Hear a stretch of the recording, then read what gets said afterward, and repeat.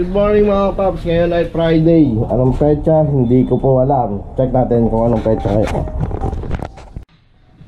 So ang petsa pala ngayon ay October 27, 2023. So ngayong Friday may gagawin tayong dalawang motor. Iniwan to kahapon ng Webes. Cafe 400 ng Motorstar na taas baba ang minor. Then Honda Wave Dash na nawalan ng cambio o nag-sliding. So titingnan natin ngayon maya-maya. Punta natin.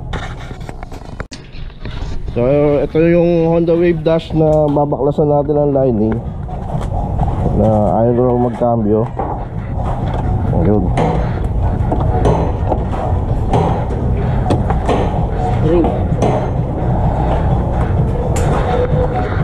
Ginawa na natin ito ng mga June overhaul. Tapos ngayon nag-sliding.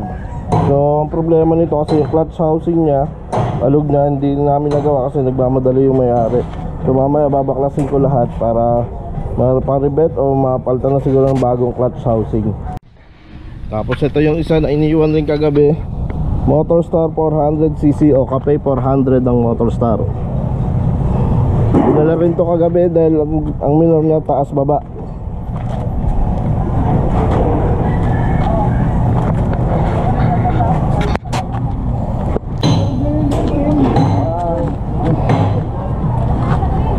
Umpisa na natin, tatanggalin natin itong tambutso. Tapos pagkatanggal ng tambutso, gagamitin natin yung ating paddock stand para makaano siya, makatayo. Kasi itong Wave Dash na to ay wala siyang center stand. So tapos kick, then ito drain ng langis para matanggal natin itong cover, clutch cover. So baklasin muna natin dalawang ng tambutso para matanggal natin yung pinakatambutso niya.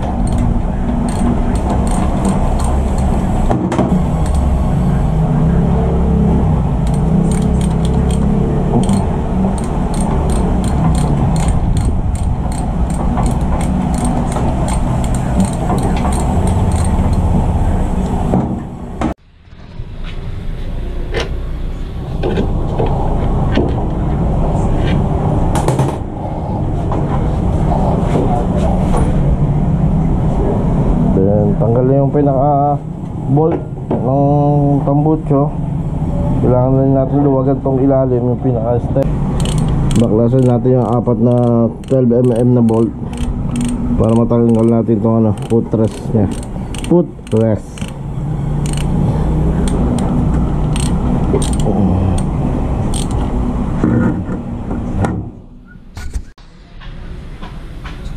Na natin yung paddock stand. Tabaklas na rin yung tambutso, right side crankshaft cover, para malaman natin kung anong naging problema. Pwede na rin natin pala i-drain yung langis para pag baklas ng crankshaft, konting langis na lang ang lalabas.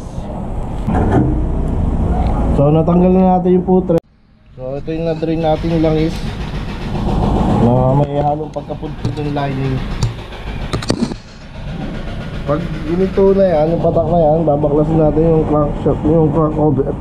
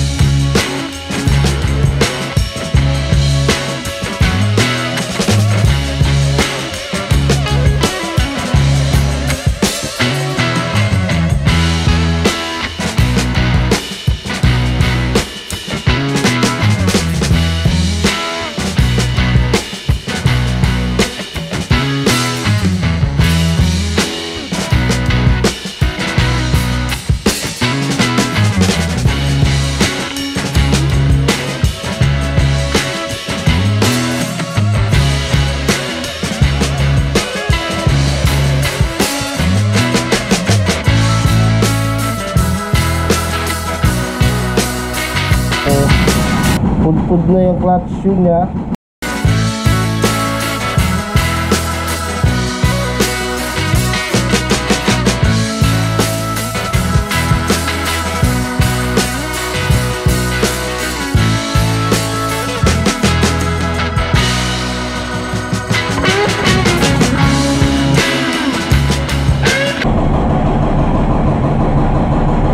Ulog na yung clutch housing niya.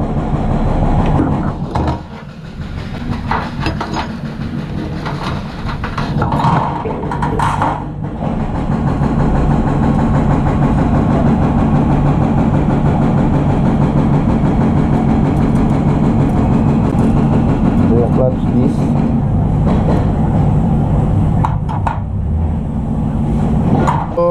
Nabaklas na natin ng kailangan natin baklasan dito sa Honda Wave Dash. So hanapan natin siya ng parts. So ito yung mga kailangan, yung clutch housing na maalog, clutch primary shoe, clutch lining, then clutch plate. So habang nahintay natin yung parts nito, doon muna tayo sa sa Cafe 400. Natin mga parts nito, kaya sa muna tayo. Yung Cafe 400 muna gagawin natin. Umpisa natin sa busina.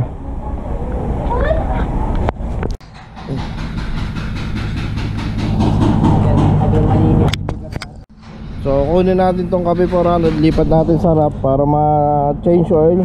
Then kabitan ng busina, check natin yung carburetor.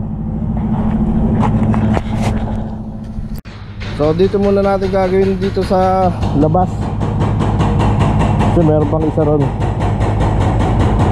So ang problema dito, ang reklamo ni Pops ay taas babahang minor. Check natin yun.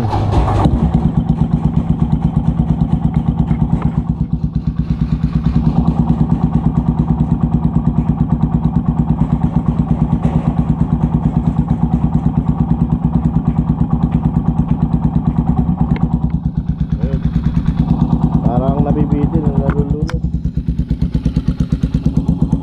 So ito pala yung kinabitan natin ng Koso na carb 34mm.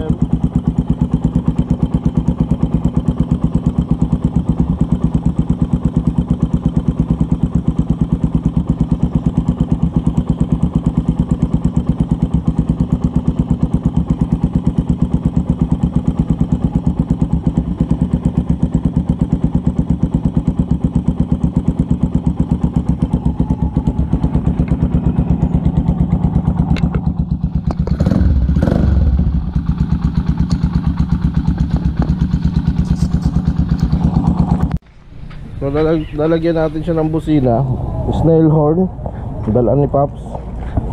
Tapos dito natin siguro ilalagay yung relay, kasi parang may space.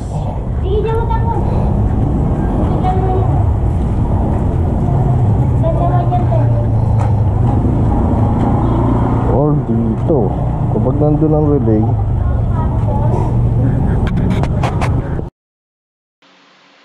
Baklasin na natin yung dalawang bolt sa drain plug niya, sa engine niya, saka sa sa oil sump. Dalawa kasi yung bolt nito, pareha 17. Yung isa nga lang nasa engine, yung isa sa oil sump. Basta yun na yun. Dalawa kasi yung bolt, tingnan nyo lang sa ilalim. O drain bolt niya dalawa, 17 parehas. So engine saka oil sump. Natin yung dalawang 17 na bolt na may magnetic. Galing kaya lang kayo na niya, yung dumi. Dalawang 17 na bolt, drain plug bolt. So hintayin lang natin maubos yung langis bago natin ibalik. So umpisa ako na yung pag-wiring ng busina.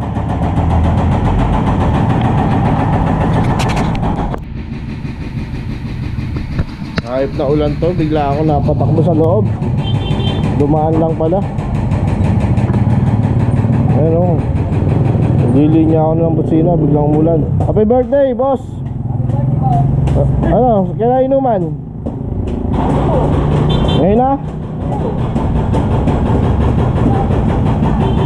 So, simulan ulit natin.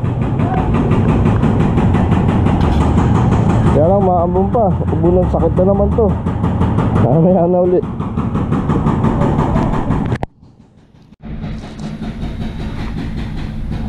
12 volts na snail horn, type R snail horn. Yan yung kakabit nating busina. Yung isa nakakabit na.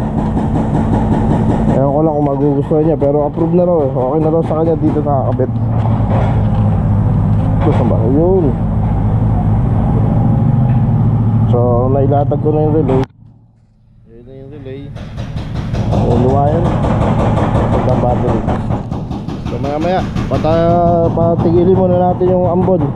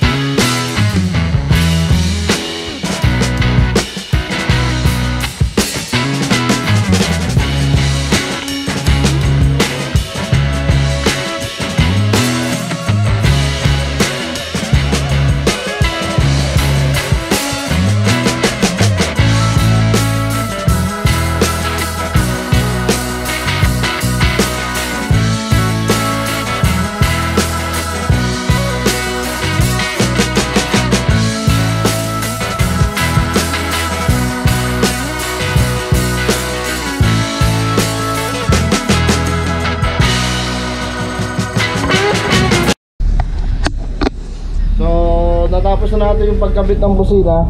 Kaya testingin na lang natin.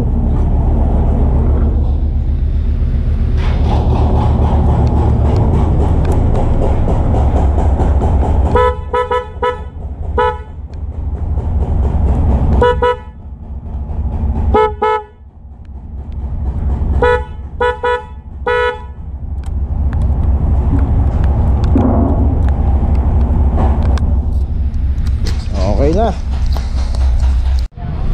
Total Hyper 4900 NW50 fully synthetic oil ang ilalagay natin.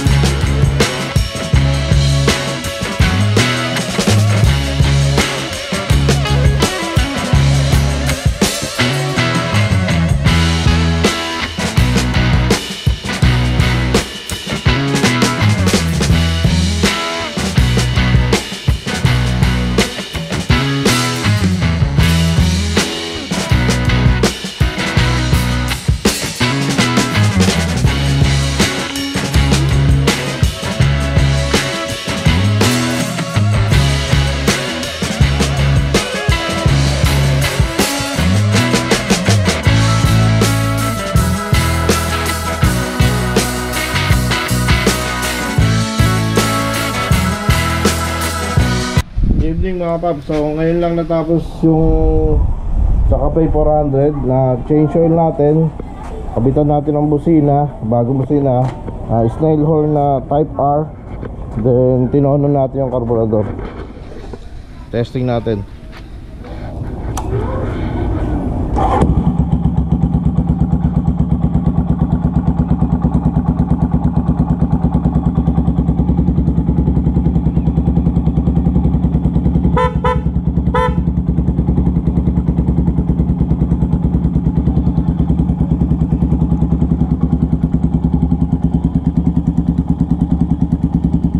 So ito yung Cafe 400 natin ginawa. Dito natin nilagay yung busina, hindi pala kita.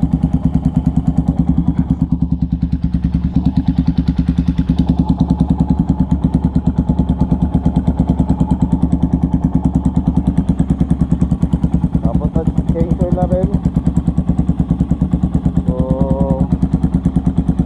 malalaman natin